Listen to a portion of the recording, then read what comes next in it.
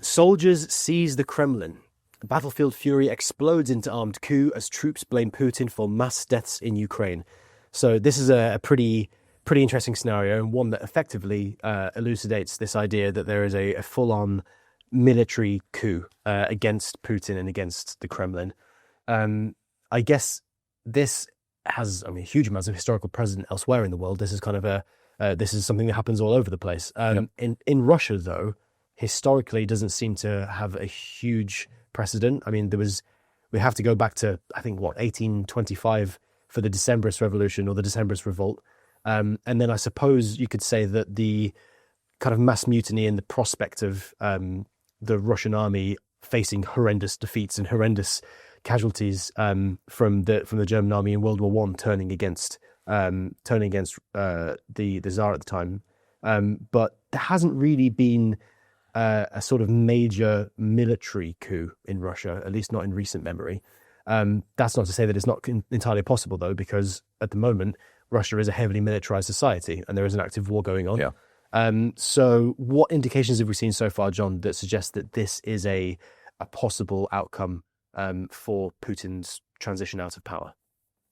Fascinating scenario.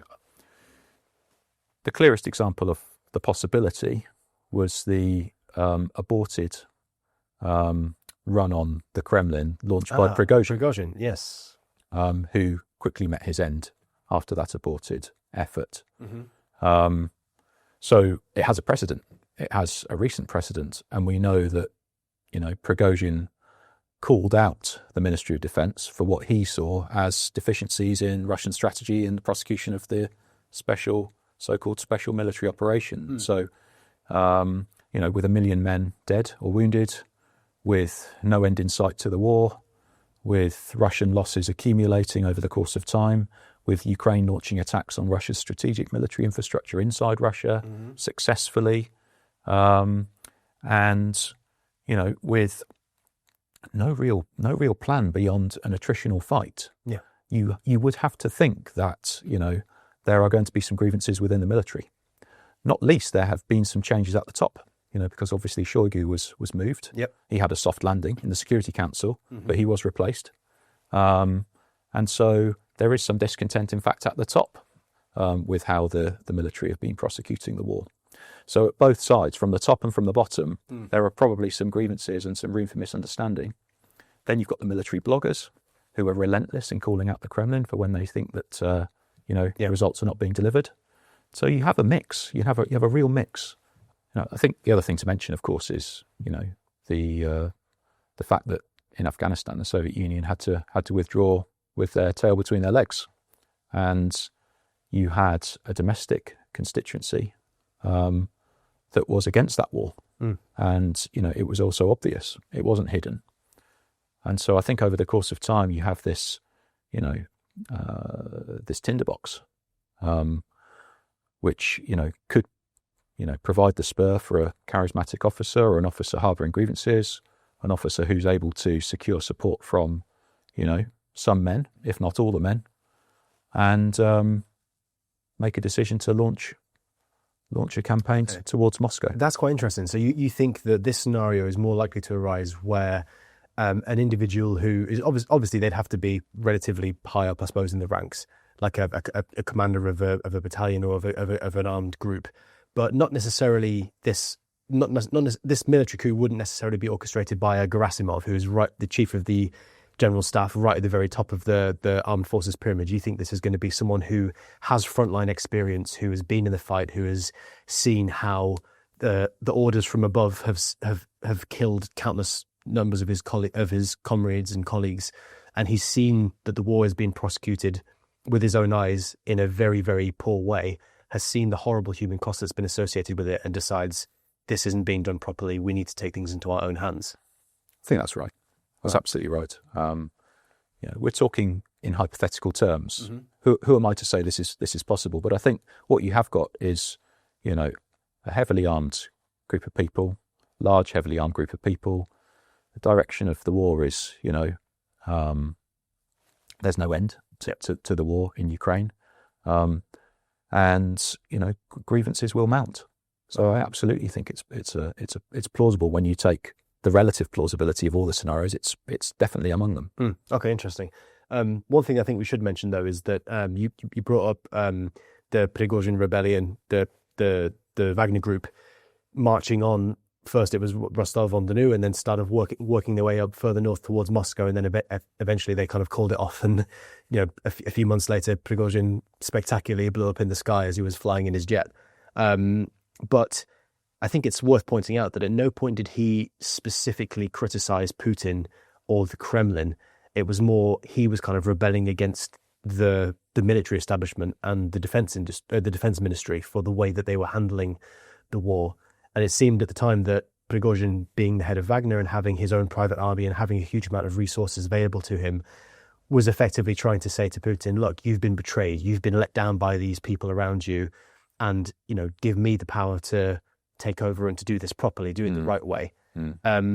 I guess, though, that is seen as an attack on Putin, kind of by proxy. Yeah, by proxy, I guess. Yeah, because you can't criticize the defense ministry without criticizing Putin, because as you've clearly explained several times throughout this discussion, all of the power radiates down from Putin. He is the man in the middle. So if you're criticizing any part of the way that Russia works, you're effectively by proxy criticizing Putin. I think Prigozhin probably realized that. Yeah, halfway to Moscow, he lost his bottle. It's down to interpretation, isn't it? You can absolutely interpret it, his lack of opposition to Putin rhetorically as a way of protecting himself. On the other hand, he launched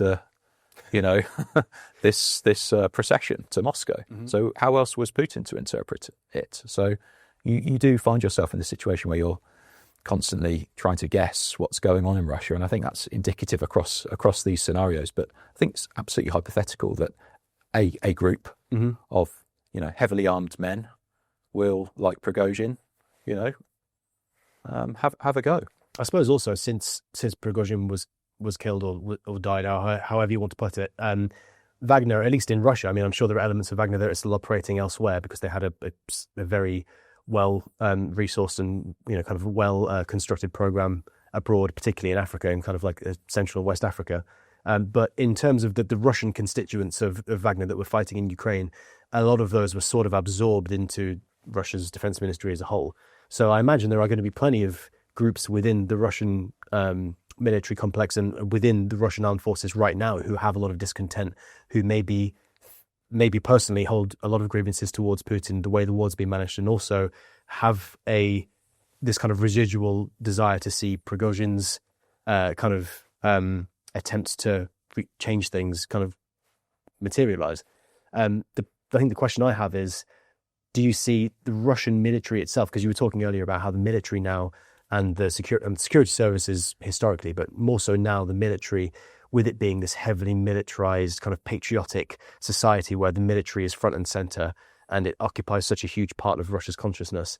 Would the military itself turn on Putin? Is there I find it hard to imagine a scenario where this pillar of society kind of reverses course and tries to attack its own. Do you see any barriers to that, preventing that from happening? Yeah, I think the military is a vital institution, historically vital in Russia, and it's also staffed at the top by men who are contemporaries of Putin. They've been in positions of power for a long time. Shoigu used to holiday with Putin in Siberia. Gerasimov has been in his position for a long time as well. So in a sense, at that level, it feels unlikely that they would turn on Putin. Nevertheless, we have already discussed the possibility that certain cadres could, under different circumstances, change their perspective on the situation. I also think it's worth pointing out that at the front, the situation looks very different from what it does in Moscow. That said, it's going to be extraordinarily difficult for a group of people, based in Ukraine, to suddenly say that we're actually going to turn our guns around and head towards Moscow. It's a remarkable turn.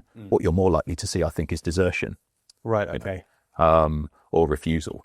These are the kinds of things that I think would provide an indication of the fact that all's not well at the front, or within that our would military. kind of almost be a precursor to this. If we start to see mass desertion, mass refusal, and kind of a collapse of sort of Russian, battlefield morale and execution of the war, that would be a good precursor or an indicator to suggest that this may be following down the line. I think that's right. I mean, in terms of down the line, it's also worth pointing out the fact that, there are a lot of weapons now swimming around in Russia. Even if there isn't a turn from the front towards Moscow, there might be over the course of time a group of soldiers who harbour grievances against the Kremlin, who have military training, who then, with other constituencies, build some support and, turn on the political power.